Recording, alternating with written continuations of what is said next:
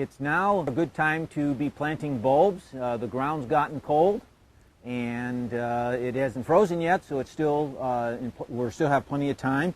The things I want to cover today would be planting depth.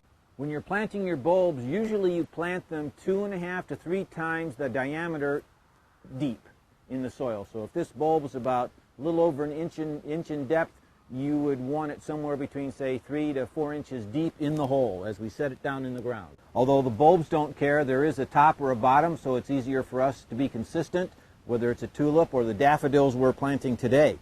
If you only have a few to plant, digging a hole using the typical bulb planter, whether it's this short style or the one on the shaft that you can stand up and dig the hole, that's fine. Today, because we're planting daffodils, and daffodils we usually plant in great quantity, we've pre-dug the holes at the appropriate depth. We set the bulb in. Again, right side up if you like. Then you take your backfill material after you've mixed some soil in with it, and you would cover these bulbs gently at first till they're set in place, and then you would finish covering the bed up completely. You would want to add fertilizer in with the backfill material, the soil that you've put in place, and water it in well for the season.